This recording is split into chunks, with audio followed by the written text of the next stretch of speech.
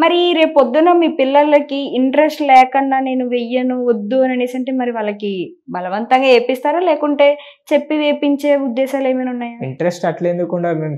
మా తాత నుంచి నాకొచ్చింది. మా బాబాయ్‌కి అంటే వచ్చింది. జనరేషన్ మారుతూ వస్తుంది. ప్రెజెంట్ జనరేషన్‌లో ఇదంతా ఒక ట్రాష్ అని కొట్టి పడేసే వాళ్ళు కూడా చాలా మంది మన అవునన్నారు. చుట్టూ కనిపిస్తూనే ఉన్నారు.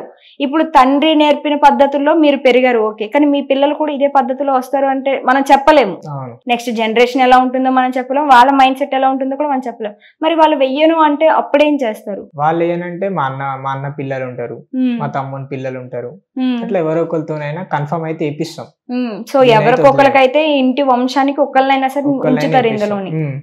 ఓకే. మరి మీకు దీనికి సంబంధించి ఇది కూడా ఒక కళే. అన్ని కళల్లోని ఇది కూడా ఒక కళే. దీనికి సంబంధించి మీకు గవర్నమెంట్ నుంచి ఏమైనా వస్తాయా?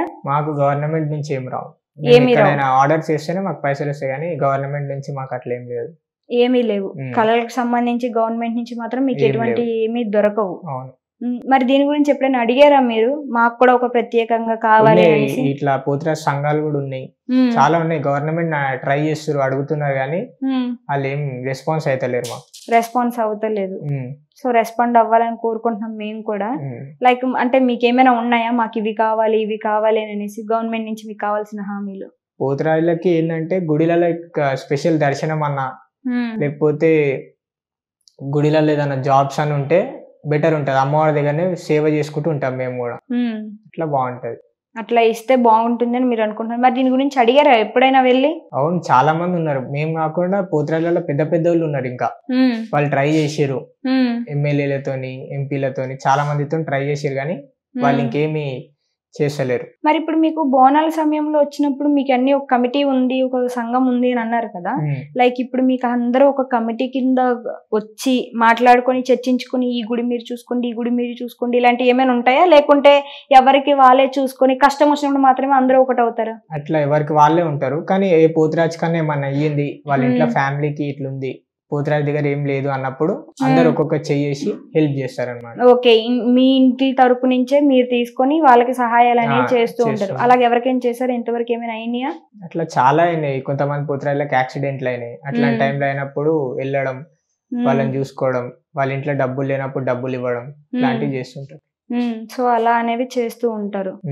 ఇది మొత్తానికి మీరు పోతురాజుగా మీ జీవితంలో మీరు చూసిన ఇది మీరు ఇంకా ఇలాగ లైఫ్ లాంగ్ కంటిన్యూ చెయ్యాలి అని అనుకుంటున్నారా? అంటే ఎంత కాలం? నేను చనిపోయేదాకా కంటిన్యూ చేస్తూనే ఉంటారు దీని గురించి. ఎవరు ఏమనుకున్నా నాకు అనవసరం అంటారు అయితే. అండ్ రెండో వచ్చేసి చాలా మంది ఇది అంటూ ఉంటారు. ఎలా అంటే లైక్ ఇప్పుడు పోతురాజులు అనేది చాలా మంది డబ్బుల కోసం వేస్తారు అంతే, అంతకు మించి ఇంకేమీ లేదు. ఎవరైనా ఒక 10 రూపాయలు ఇస్తానంటే చాలు వేషం వేసేసుకొని వచ్చేస్తారు. వాళ్ళకి డబ్బులు అవసరం వచ్చినప్పుడు తాగుడు కోసం ఇది తప్పితే వాళ్ళకి వేరే ఏమీ తెలీదు. అసలు ఈ పోతురాజు అనేది ఎందుకు వేస్తారో కూడా తెలియకన్నా సరైన అవగాహన కూడా లేని వాళ్ళు ఇందులోకి వచ్చి వేసేసి డబ్బుల కోసం అల్లరి చిల్లరి చేస్తారు అనేది ఒక కాంట్రవర్సీ అయితే ఉంది. దీనిపై మీ అభిప్రాయం ఏంటి? అది నిజమేనంటారా? అదైతే నిజమే. ఇప్పుడైతే మేమైతే మందు కోసం అట్లేం లేదు. మేము అమ్మవారి కోసం వేస్తాం. ఏ గుడి దగ్గర ఏ అమ్మవారు ఉంటే అమ్మవారి కోసము వాళ్ళ ఇల్లు బాగుండాలి, ఎవరైతే దీపిస్తారు వాళ్ళ ఇల్లు బాగుండాలా, అంతా బాగుండాలని చెప్పి మేము వేస్తాం. ఇప్పుడు కొంతమంది పూజరాలు ఇప్పుడు స్టార్ట్ అయ్యారు. వాళ్ళ ఏజ్ చిన్న ఏజ్ ఉంటది, మందు కోసం వేస్తారు. డబ్బులు లేకపోతే డబ్బుల కోసం వేస్తారు.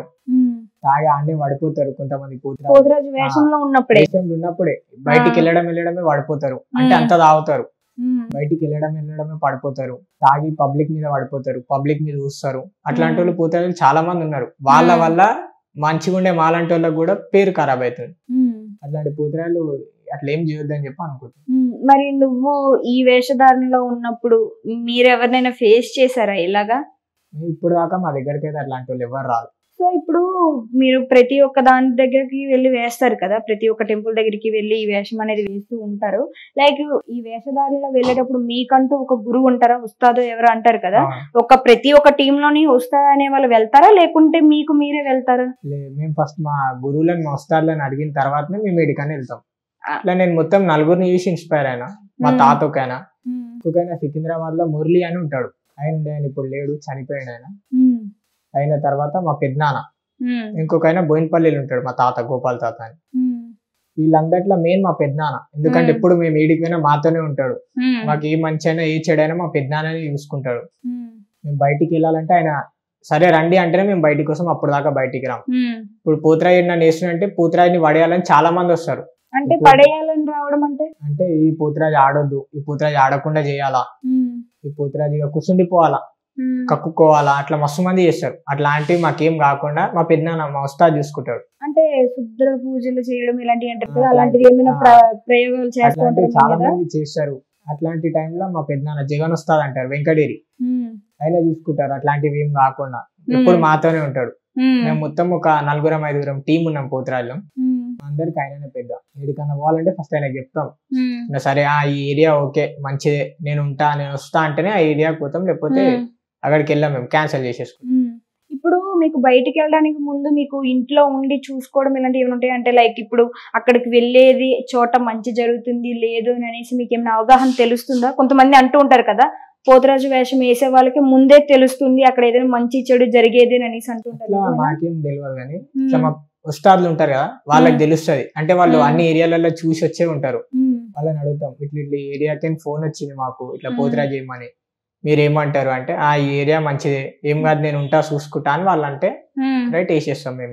అంటే ఏరియా పరంగా చూసుకుని అది మంచిది కాదు అని విభజించి చూడడమే తప్పితే అక్కడ ఏమైనా చెడు జరుగుతుంది అనేసి ముందు దివ్య దృష్టి అని అంటారు, ఈ టైప్ లో అయితే ఏముండదు అంటారు. అయితే ఉంటది అట్లా కూడా.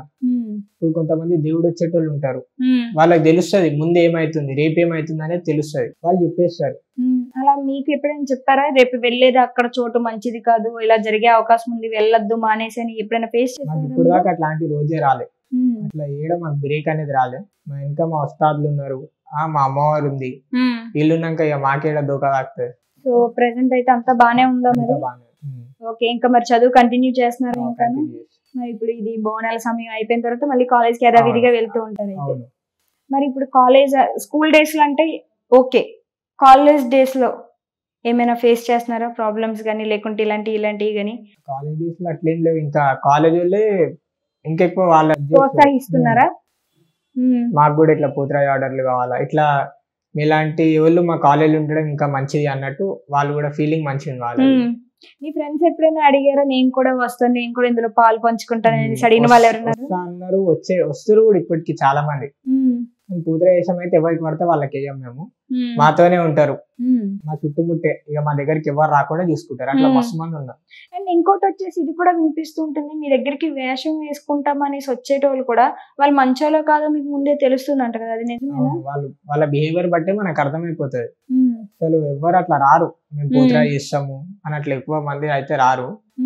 మనకి ఇంట్లోకి నుంచి ఏమన్నా ఉంటేనే, అంటే మొక్కులు ఉంటే ఇంట్లో నేను వేస్తాను మొక్కుకుంటేనే వేయాలి, కానీ ఏదో టైం పాస్ కి డబ్బుల కోసం ఏమైతే కరెక్ట్ కాదు.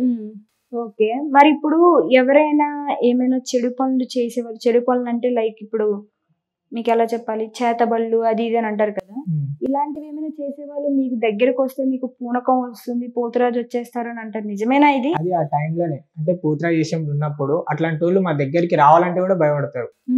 ఎందుకంటే కనిపించేస్తారు మాకు, అరే పోతే కనిపించేస్తాం బయట పడతాం అట్లా అని చెప్పి అట్లాంటి టైంలో రారు, నార్మల్ టైంలలో వస్తారు. అట్లా వచ్చినప్పుడు మా ఉస్తాదులు చూసుకుంటారు, వాళ్ళకి అర్థమవుతుంది ఇట్లాంటి మనిషి వస్తుంది వీళ్ళ దగ్గరికి అని చెప్పి వాళ్ళకి అర్థమవుతుంది. సో అలా అర్థమవుతుంది కాబట్టి దానికి సంబంధించిన జాగ్రత్తలు కూడా తీసుకుంటూ ఉంటారు అయితే. సో అదండి, పోతురాజు వేషం పైసల కోసం వేసే వాళ్ళకి, ఇది ఒక వంశాచారంగా వేసే వాళ్ళకి డిఫరెన్స్ అయితే ఇది. సో ఇలా డిఫరెన్స్ ఉంటుంది, అది తెలుసుకొని ఎవరు ఏంటి అనేది మనం చూసుకోవాలి. ఇలాగ ఎవరు పడితే వాళ్ళు వేషంలో ఉన్నారు కదా అనేసి ముందుకు కూడా వెళ్ళిపోద్దు, అది కూడా మంచిది కాదు.